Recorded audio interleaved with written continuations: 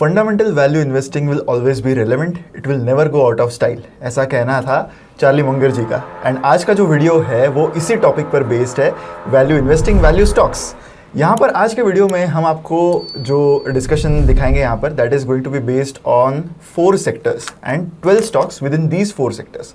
तो these are mainly जो हमने यहाँ पर सेक्टर्स आपको प्रेजेंट किए, जो कंपनीज प्रेजेंट किए, they have mainly been used using some of the internal tools that we have, that includes something called MAC indicator, जिसकी बात हम आगे वीडियो में करेंगे। And we also have an internal file जो एक्चुअली हम internal tool जो हम यूज़ करते हैं for model portfolio rebalancing as well. तो उसके अकॉर्डिंग हमने जो वैल्यू स्टॉक्स स्क्रीन हुए हैं उनका जो डिस्कशन है वो यहाँ पर करने वाले। So nothing in this video is to suggest कि ये सारे स्टॉक्स में वैल्यू है necessarily. We are going to discuss the fundamental aspects of these stocks here to give you some idea कि इनके लिए जो फ्यूचर है वो कैसे दिख रहा है एंड वेदर इन स्टॉक्स में एक्चुअली वैल्यू दिख रही है या नहीं, right. So like I said, मैंने स्टार्ट में ही मेंशन किया कि this is based on value philosophy. तो वैल्यू पोर्टफोलियो भी है हमारा, इसके अलावा और भी पोर्टफोलियोज है। ये सारी जो प्रोडक्ट्स हैं हमारे, वो आपको हमारे वेबसाइट पर investjourney.in पर दिखेंगे। स्क्रीन पर आपको एक कूपन कोड भी दिख रहा होगा, तो इस कूपन कोड को यूज़ करके आप सब्सक्रिप्शन ले सकते हैं and you can gain access to all these model portfolios. तो चलिए हम शुरू करते हैं इस डिस्कशन को। मेरे साथ है यहाँ पर Yash, Anush and Shailesh, and we are going to discuss about the 4 sectors and the 12 stocks within these 4 sectors. So सबसे पहला जो सेक्टर यहाँ पर रहेगा, that we are going to talk about is the auto sector, automobile sector. I would like to start with Anush. So Anush, सबसे पहले तो I would like to know more about this Mac since you have yourself made it. तो एक quick review कि ये Mac actually क्या दिखाता है। राइट, सो मैक बेसिकली एक मार्केट एलोकेशन कंपास है। सो इसमें क्या है कि I have considered few parameters जो कि लेट्स से निफ्टी 500 है, तो निफ्टी 500 के P multiples, PV multiples, dividend yield. Then we have considered the bond yields of US and bond yields of India. Then उसको अर्निंग्स यील्ड में P ratio को earnings में convert करके then we have compare the US का bond yield and India का earnings yield and India का earnings yield, US का earnings yield वगैरह। So that way we have normalized the numbers. Like अगर कोई एक दिन का एक पी है and so low and high and पे उसको नॉर्मलाइज करा है, जैसे स्टैंडर्ड मॉडल जो होता है। तो उस नॉर्मलाइज्ड मॉडल को अगर हम चार्ट करें तो that is actually a market allocation compass जो हमको एक आइडिया देता है। So you can see on a screen की एक मार्केट एलोकेशन कंपास है। दिस इज फॉर निफ्टी 500, एक broader market valuation which we use. So ये करेंटली यही दिखा रहा है कि मार्केट करेंटली कंसोलिडेट कर रहा है in particular range and this is like below 0.588 पे ही करेंटली है। So this is showing some indicative thing कि ओके मार्केट थोड़ा भी वैल्यू फ्लेवर दे रहा है and you can push some debt to equity allocation. अब इसमें भी there are certain divisional charts. तो एक हो गया आपका ब्रॉडर मार्केट वैल्यूएशन, देन उसके बाद है जो सेक्टरल पे हमने करे हैं। तो उसमें जो 4 की सेक्टर्स हैं जो हम आज बात करने वाले हैं, तो उसमें पहला तो है निफ्टी बैंकिंग। तो आप देख सकते हो on the screen this overall market allocation compass is showing a green signal, तो वो ग्रीन टेरिटरी में करेंटली है। Then next is about IT which is also into the green signal which is below 0.5 के number पे। Then next is about auto which is somewhere near 0.5 which is very fair valuations for an auto sector। And next is FMCG is also looking very good based on this MAC indicator। तो ये 4 जो industries हैं ये currently एक indication तो throw कर रही कि वैल्यूएशंस बहुत अच्छे हैं considering P ratios, PB ratios, आपके यूएस के बॉन्ड यील्ड्स एंड इंडिया के bond yields. So you have to sum up, this chart basically shows कि कंसिडरिंग हिस्टोरिकल लेवल्स पर वैल्यूएशंस कैसे थे, उसके कंपैरिजन में अगर कोई सेक्टर ग्रीन एरिया में है तो that we can say is कि यहाँ पर फेवरेबल वैल्यूएशन है। Yes, that can be construed. Right. So like I said, the first sector that we are going to talk about is the auto sector. So auto sector में हमारे पास जो 3 नाम है उसमें सबसे पहला नाम है हीरो मोटोकॉर्प का, राइट। सो शैलेश, ये एक ऐसी कंपनी है जो अगर हम देखें 4-5 साल से किसी भी वैल्यू स्क्रीन में हमेशा ये ऊपर आती है। इसका पी बेसिस पे अगर हम देखें तो हमेशा वैल्यूएशंस फेवरेबल ही लगते हैं।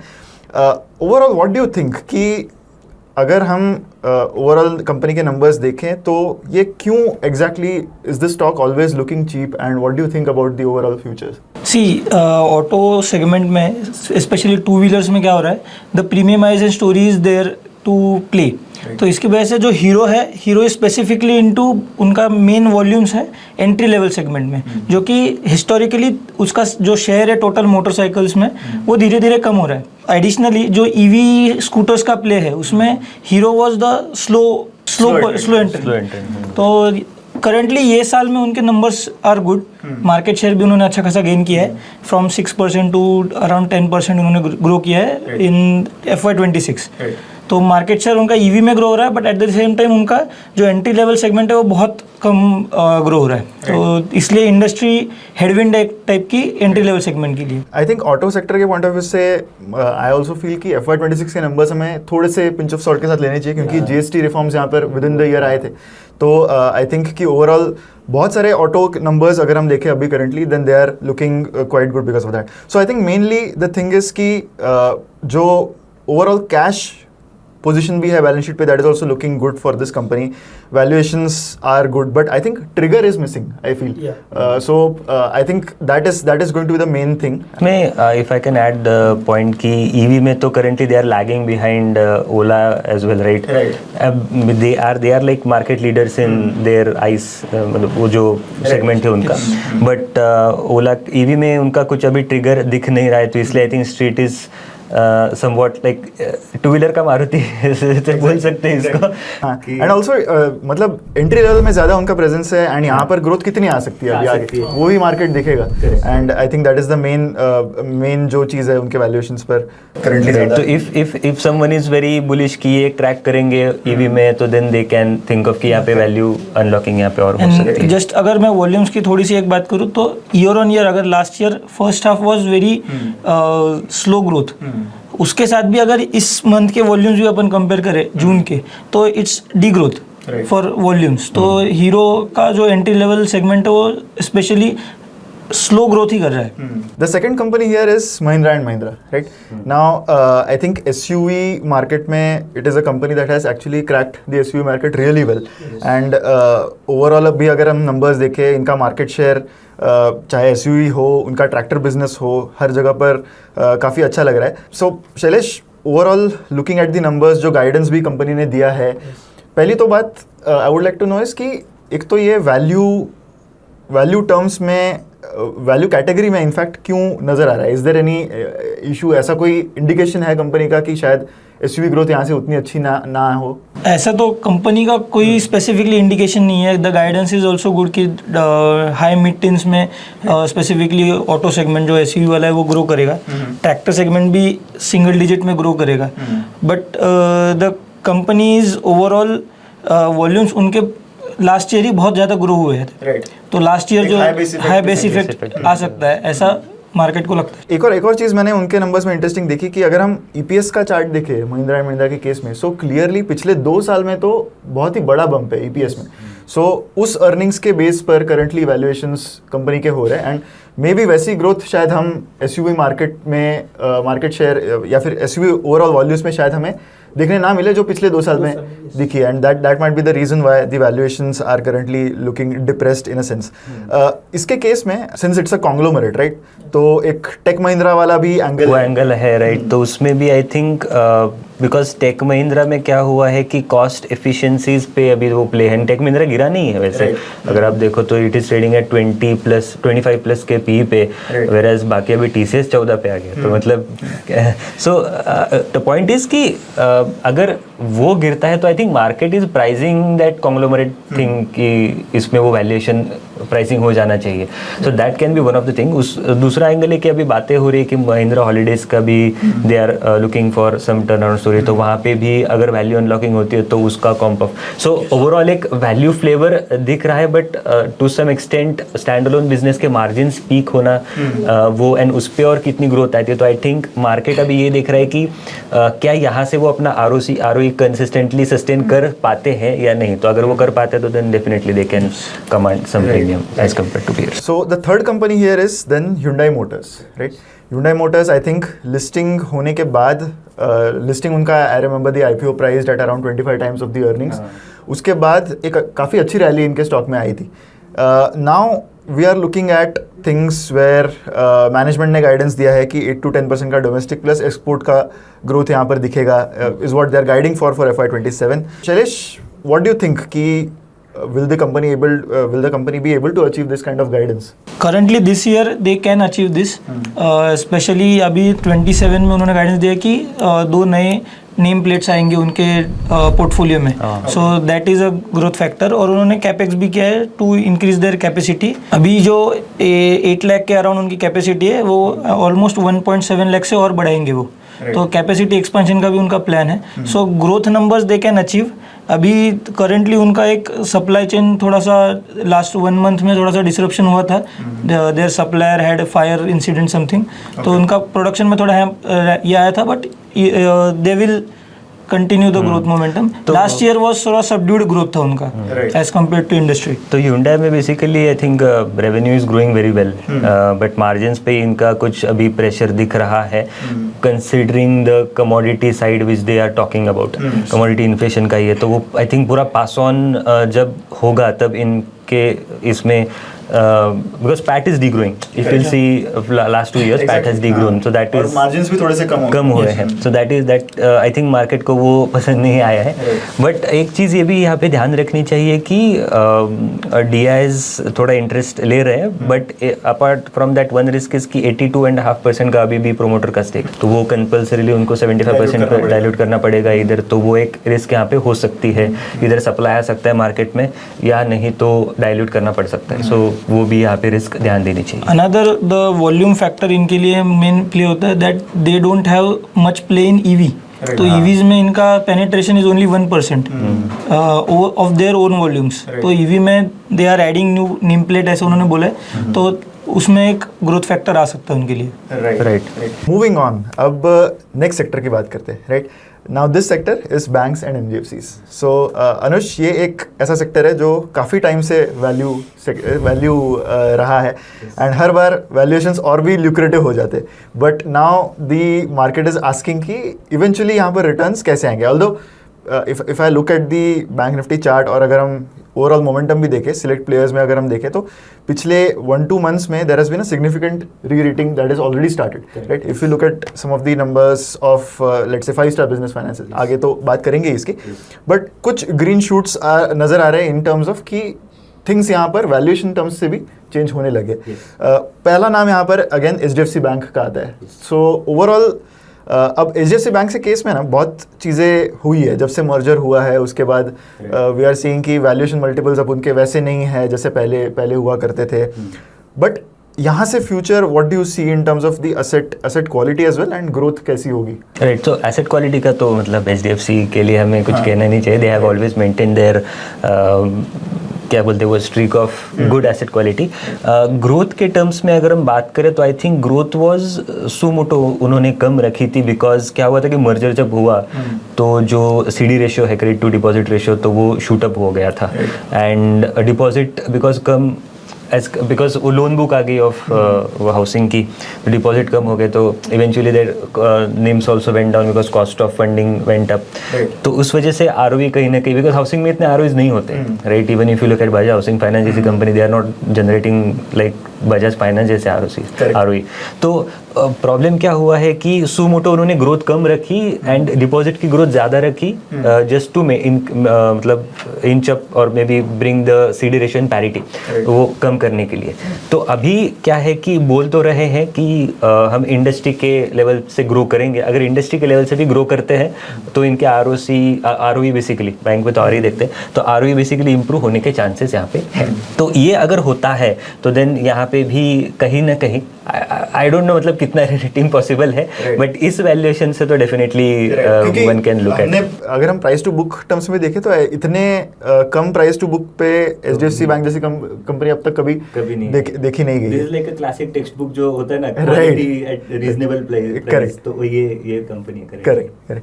Moving on, 5 star business finance, I think this is part of our value portfolio as well. So 5 star business finance के केस में अब सो पहले तो if I go back to years just after the IPO of the company, तो तब इनके PB ratios काफ़ी अच्छे थे. Then there was a significant correction. I think सबसे अच्छी बात तो क्लियरली ये है कि इनकी बुक बहुत सिक्योर्ड है. I think complete book is secured. अब looking at such price to book multiples of somewhere around 2, तो बहुत सारी चीज़ें टिक हो रही है in terms of value perspective.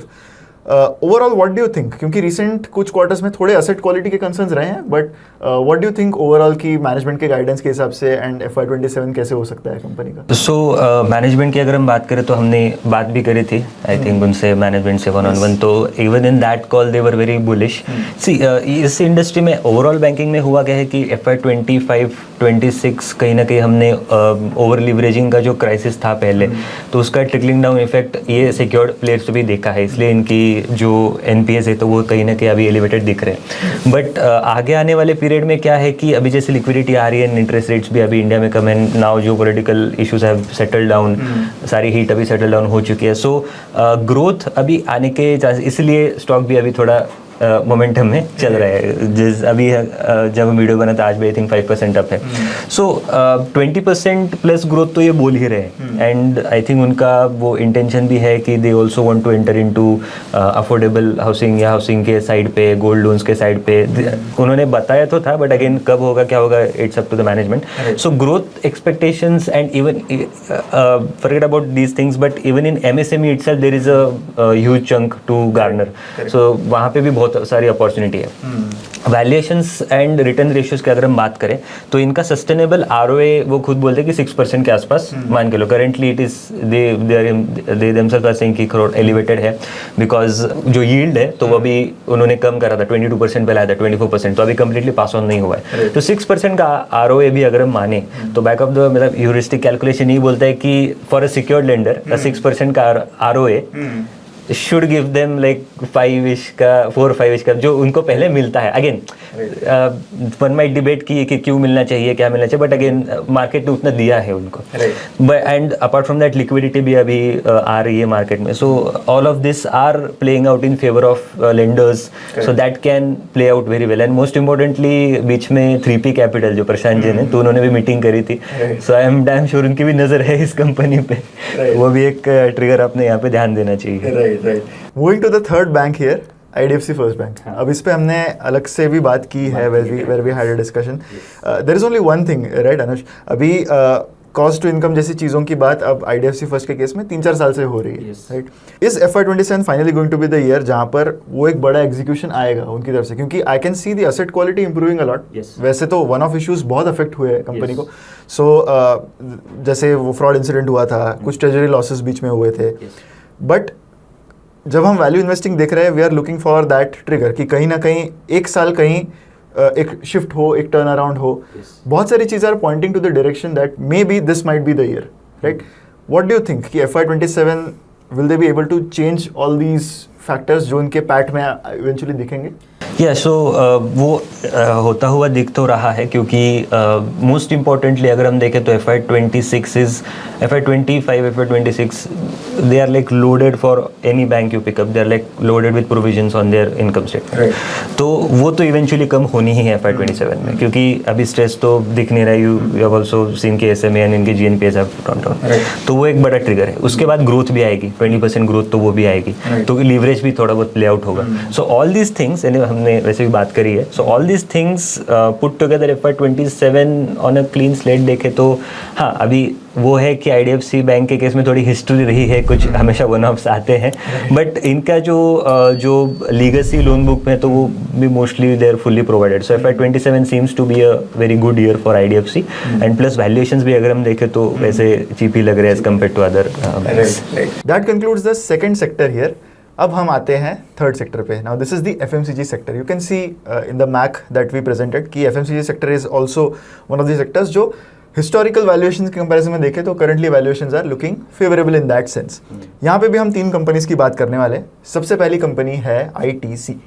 ITC पे if you all remember Covid के टाइम में हमेशा जोक इनके चलते रहते थे कि 200 रुपये से कभी ये प्राइस हटेगी नहीं। उसके बाद एक री रेटिंग हुई, फिर again the price started decreasing. अब बहुत सारे हेडविंड्स भी आए हैं रिसेंटली ही। सिगरेट पर जो ड्यूटी लगाई जाती है गवर्नमेंट की, वो बढ़ाई है गवर्नमेंट ने।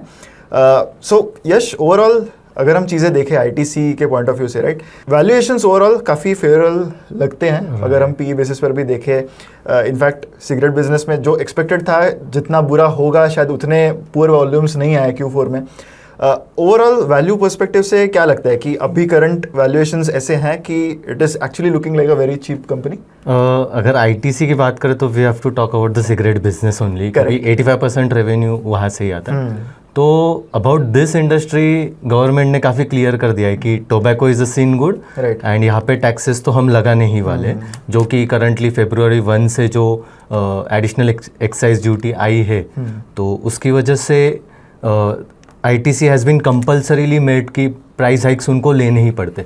अब यहाँ पे पास्ट में ऐसा देखा गया है कि जब भी ऐसे प्राइस हाइक्स लगाए गए हैं तो जो प्राइस सेंसिटिव कस्टमर्स रहते हैं वो जो इलीगल या इलिसिट सिगरेट ट्रेड्स होते हैं वहाँ पे ज़्यादा मूव होते हैं। तो उसकी वजह से जो इलीगल इंडस्ट्री है वो बढ़ जाती है ऐसे टाइम्स पे, जिसकी वजह से डायरेक्ट इम्पैक्ट इनके वॉल्यूम्स पे होता है, ऐसा मार्केट का तो अभी मानना है। And even on the exchequer, because वो टैक्स भी उतना कम ही जाएगा ना उनको टू दैट एक्सटेंट। राइट। तो उसकी वजह से एक्सपेक्टेशंस तो ऐसी है कि Q1 से वॉल्यूम्स भी गिरने चालू हो जाएंगे, बट जो चैनल चेक्स वगैरह किए हैं ब्रोकरेजेस ने, तो वहाँ पे थोड़ा सा पॉजिटिव साइड पे दिख रहा है कि जितना एक्सपेक्टेड था वॉल्यूम्स गिरेंगे उतने नहीं गिरे।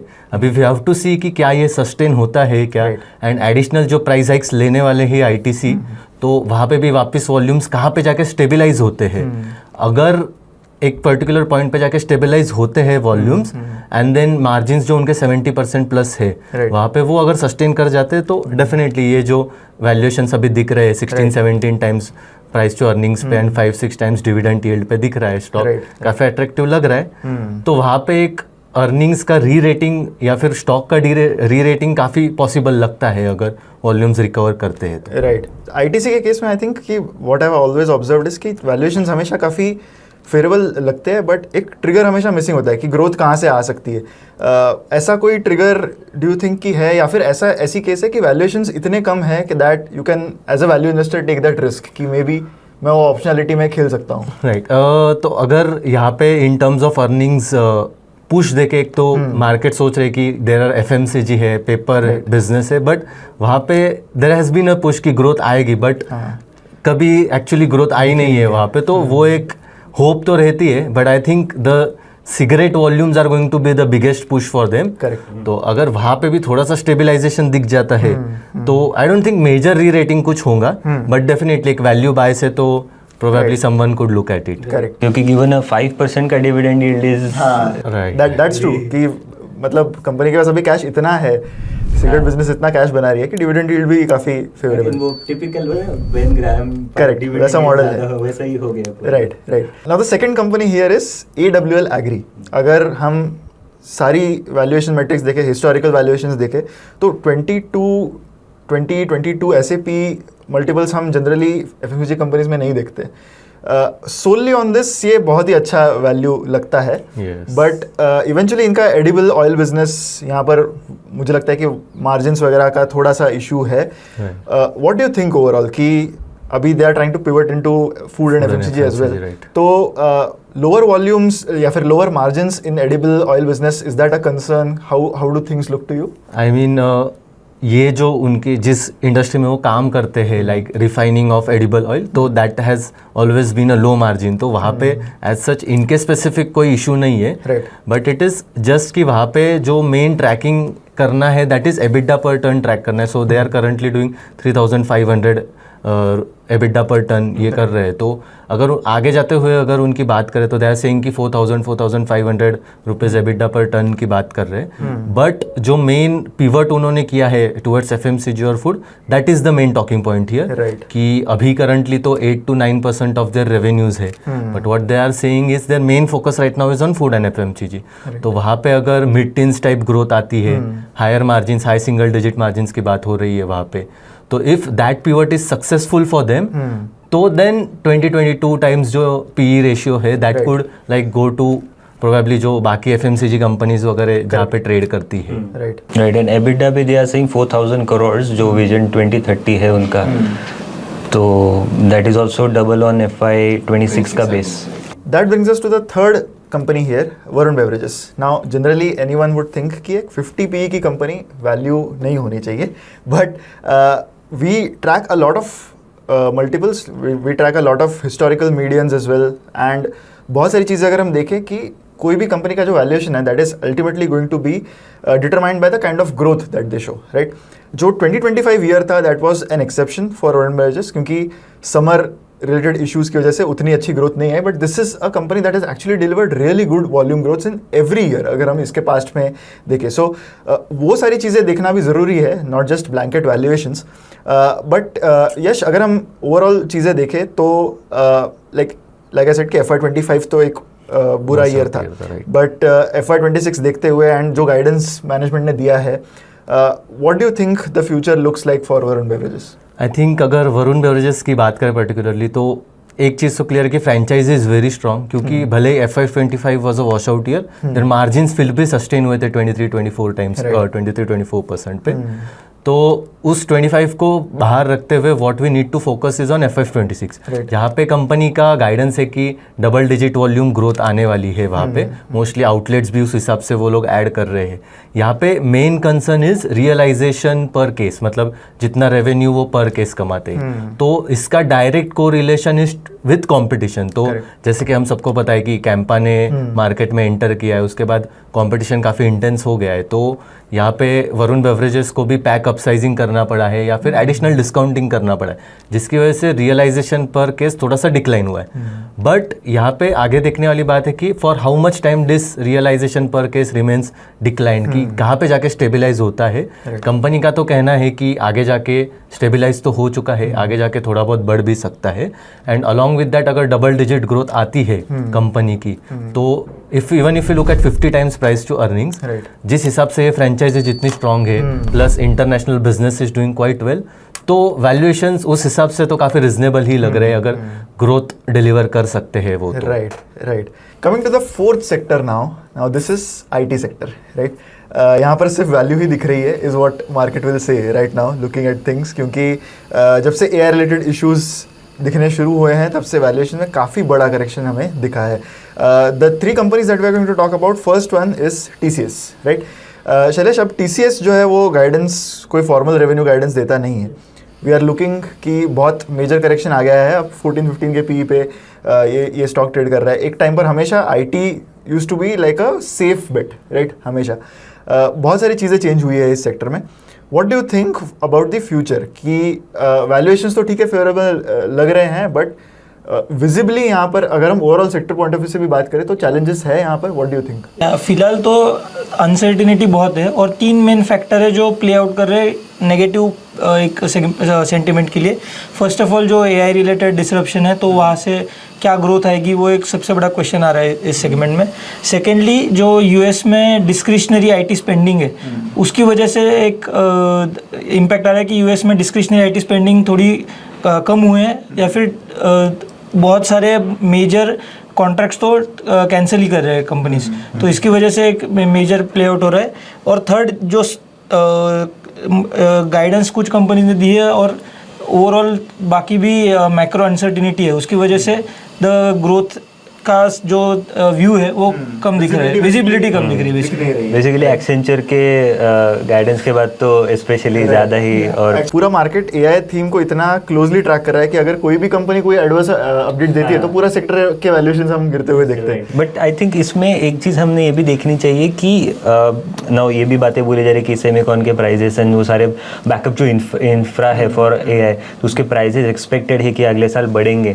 तो अगर वो प्राइजेस बढ़ते तो ये AI वाली कंपनीज को प्राइस हाइक लेना पड़ेगा. तो अगर ये प्राइसेस अगर कॉस्ट बेनिफिट एनालिसिस ह्यूमंस के फेवर में जाता है, so again you can think कि एक हॉराइजन अगर कोई किसी का है कि 2 साल में अगर IT ऐसे परफॉर्म करे, तो then one can think of about this sector. Right. I think overall भी देखें तो मतलब अगर मैं पर्सनली बताऊं तो आई थिंक कि कंपनीज कोई ना कोई वे ढूंढ ही लेगी to be relevant is what I feel. Even TCS is into, I think, data centers. Data They centers, are going, yes. And we are also seeing कि जो ज़्यादा वैल्यू फोकस्ड फंड हाउसेज है या फिर इन्वेस्टर्स है, we see someone like PPFAs now, so they are still you know, उन्होंने अब तक उनका एलोकेशन वैसा ही रखा है. In fact they have added a bit. अगर हम पिछले 3-4 महीने में देखें तो they have added a bit of the IT stocks there also. Coming to another IT company here, HCL Tech. Shailesh, HCL Tech ने रिसेंटली गाइडेंसेस में थोड़े से चेंजेस किए थे, right? What do you think overall for this company? Is it a story similar like TCS? Guidances कैसे होंगे नहीं होंगे? What do you think? First of all company ने जो गाइडेंस दिया वो उन्होंने बैंड जो होता है वो एक्सपांड कर दिया, 1 to 4% पे किया था. Right. तो that was the major problem. और HCL Tech का मेजर इशू ये हुआ था कि उनके 2 मेजर कॉन्ट्रैक्ट्स कैंसिल आउट हुए FY27 में. तो इसकी वजह से उनकी टोटल कॉन्ट्रैक्ट वैल्यू भी कम हुई. एंड थर्डली उन्होंने एक गाइडेंस दिया दैट जो ट्रेडिशनल IT सर्विसेज बिजनेस है it will degrow in upcoming years, और AI रिलेटेड बिजनेसेस ग्रो हो गए एट 10% अराउंड. तो दैट वाज द ट्रिगर जब IT सेगमेंट और नीचे गिरा. सो HCL की ये गाइडेंस की वजह से वो और वैल्यू से इसमें आया है.